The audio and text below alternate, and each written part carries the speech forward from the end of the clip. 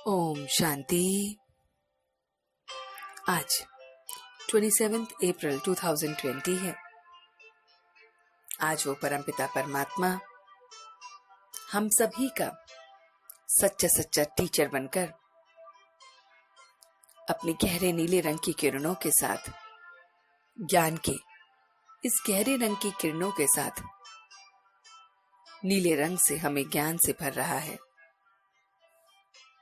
वही हमारा सत्य टीचर फिर आकर हमें ये मुरली पढ़ा रहा है, गीत बज रहा है, महफिल में जल उठी शमा। तो बाबा कहते हैं ये गीत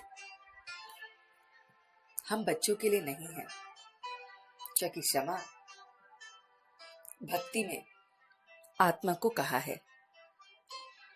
बाबा कहते हैं परमात्मा को भी क्षमा कहा गया है। ये सब पत्थर बुद्धि वाली बातें भक्ति में कही गई हैं।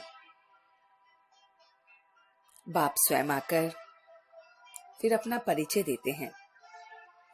बाप कहते हैं कि मनुष्य रावण ने सबकी पत्थर बुद्धि बना दी है। बाप को जो है जैसे हैं जानते ही नहीं है।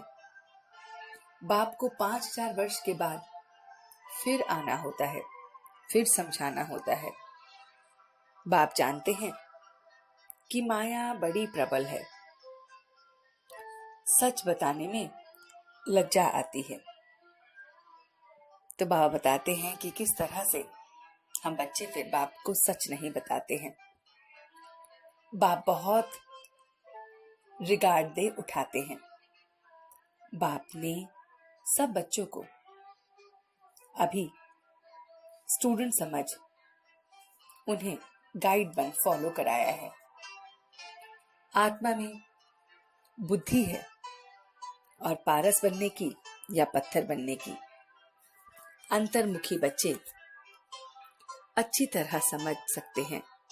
और फिर हम आत्मा बिंदी हैं ये भी जानते हैं। हमारा ये अंतिम जन्म है, बाप साथ फिर हम चले जाएंगे। इस पल वो बाबा हमारा बाप भी है और धर्मराज भी बनता है। तो अपने को आत्मा समझ बाप को याद करना है। इसमें बुद्धि का काम है। तो देह और देह के संबंधों को छोड़ अपने को अशरीरी आत्मा समझना है, यह पुरुषार्थ करना है और यही बुद्धि का काम है। इस यज्ञ में सारी दुनिया बाबा कहते हैं स्वाहा होनी है, सारी दुनिया खत्म होनी है। तो पहले मैं आत्मा हूं यह पक्का करो, फिर बाप का परिचय बुद्धि में अच्छी रीति धारण करना है। तो पहले मैं आत्मा हूं और वो मेरा परमात्मा है। पीस करवाने वाला वो एक बाप ही है। हमारे को पवित्र बनाने वाला वो गुप्त शिव बाबा ही है। भक्ति मार्ग में बाबा कहते हैं कोई भी बाप को यथार्थ रीति नहीं पहचान सकते। शास्त्र आदि बाप का परिचय नहीं दे सकते। इस समय बाबा कहते हैं कि सब पत्थर बुद्धि हैं। मनुष्य कह देते हैं कि आत्मा सो परमात्मा। मनुष्य होकर बाप को ही नहीं जानते हैं। पोता मेल नहीं लिखते हैं। पोता मेल चेक करो कि भोजन जब खाते हैं तो देवता मिसल खाया कि नहीं, हमारी चलन कायदेसार थी कि नहीं, या फिर ऑर्डिनरी चलन थी। रोज अपना अपना पोता मेल लिखना है। बाबा कहते हैं पोता मेल अपना रोज अच्छी तरह से देखना है, तो अपनी उन्नति अपनी कमी सब दिखाई दे सकेगी। अच्छे अच्छे बच्चे बहुत ज्ञान अच्छा सुनाते हैं, पर योग कुछ भी नहीं। मनुष्य मात्र बाबा कहते हैं रचना और रचयिता को बिल्कुल जानते ही नहीं है। माया ने एकदम वार कर रखा है। तो सर्विसेबल बच्चों को बस बाप को याद करना है। पद भी वही देते हैं। बाप की सर्विस करते रहेंगे, यही हमारी रूहानी धंधा है।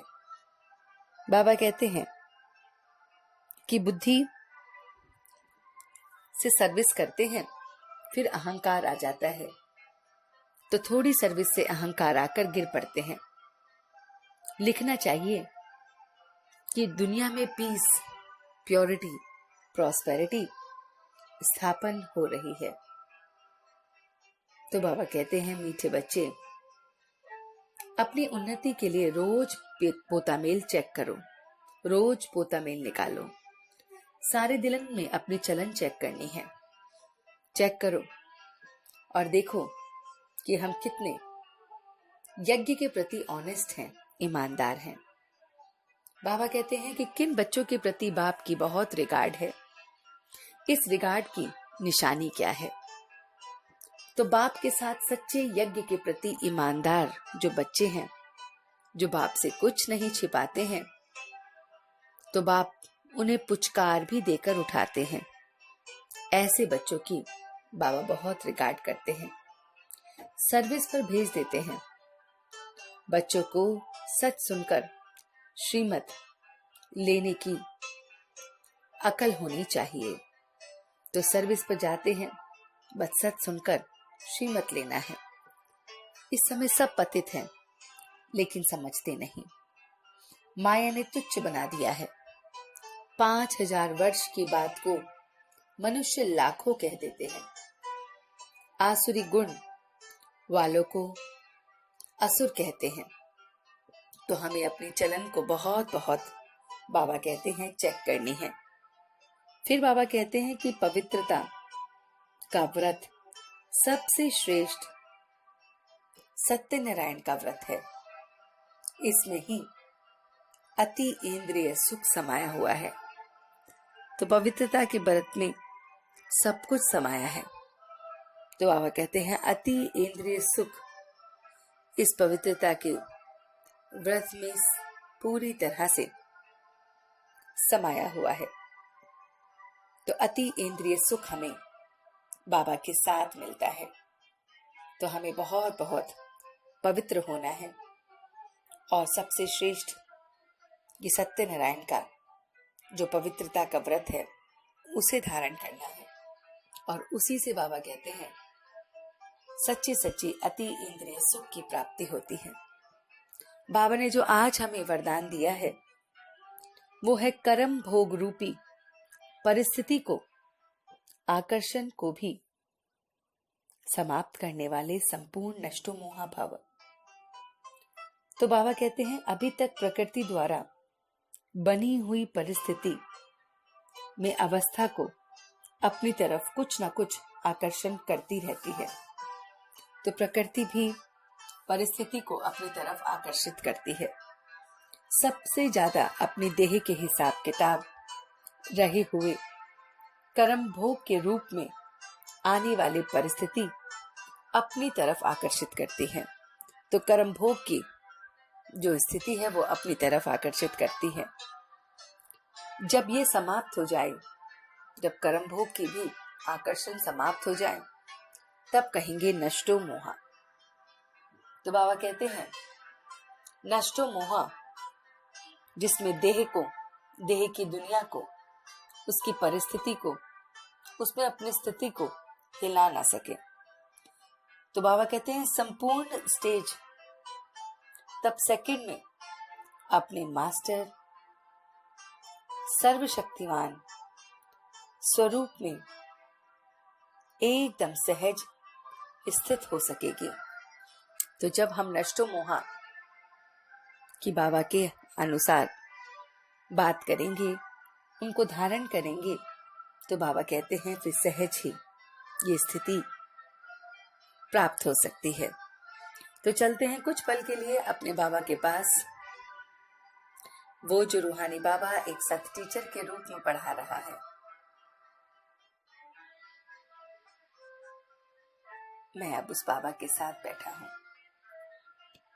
मैं इस रूहानी पाठशाला में इस गॉडली यूनिवर्सिटी में बैठा हूं। मैंने आज पवित्रता का व्रत लिया है। ये सत्यनारायण का व्रत लिया है। ऐसा व्रत जो मुझे अति इंद्रिय सुख का अनुभव कराएगा। इन इंद्रियों से भी परे अति इंद्रिय सुख का मुझे अनुभव कराएगा। ये व्रत मेरी सारी की सारी देह की दुनिया की जो भी परिस्थितियां हैं उन सब से उठा रहा है। मैं प्रकृति की, देह के संबंधों की सारी परिस्थितियों से अपनी स्थिति को ऊपर देख रहा हूं। मैं बस अपने ऊपर कार्य कर रहा हूं। अंतर्मुखी होकर बहुत अपनी चेकिंग कर रहा हूं। खाना खाते वक्त, चलते फिरते वक्त, बातें करते वक्त दैवी चलन है कि नहीं चेक कर रहा हूं। देह की स्थिति में आकर मैं अपनी बुद्धि को पतित नहीं बनाऊंगा। मैंने पवित्रता का ये व्रत लिया है। अति इंद्रिय सुख को अनुभव कर रहा हूं। इसलिए देह के संबंधों को भूल बहुत रूहानी बन यज्ञ का रिगार्ड भी कर रहा हूं। मैं ऑनेस्ट बच्चा, ईमानदार, अपनी चेकिंग कर रूहानी सेवा में लगा हूं। ऐसी रूहानी सेवा जिससे मैं पतित से पावन बन रहा हूं और अब मैं सच्चे दिल से उसका शुक्रिया अदा कर रहा हूं। हम सब रूहानी बच्चे मिलकर अपने रूहानी बाप दादा को याद, प्यार और गुड मॉर्निंग करते हैं। गुड मॉर्निंग जी, गुड मॉर्निंग। शुक्रिया बाबा, शुक्रिया। वाह बाबा, वाह बच्चे, वाह मैं आत्मा, वाह ड्रामा, वाह। ओम शांति, ओम शांति, ओम शांति।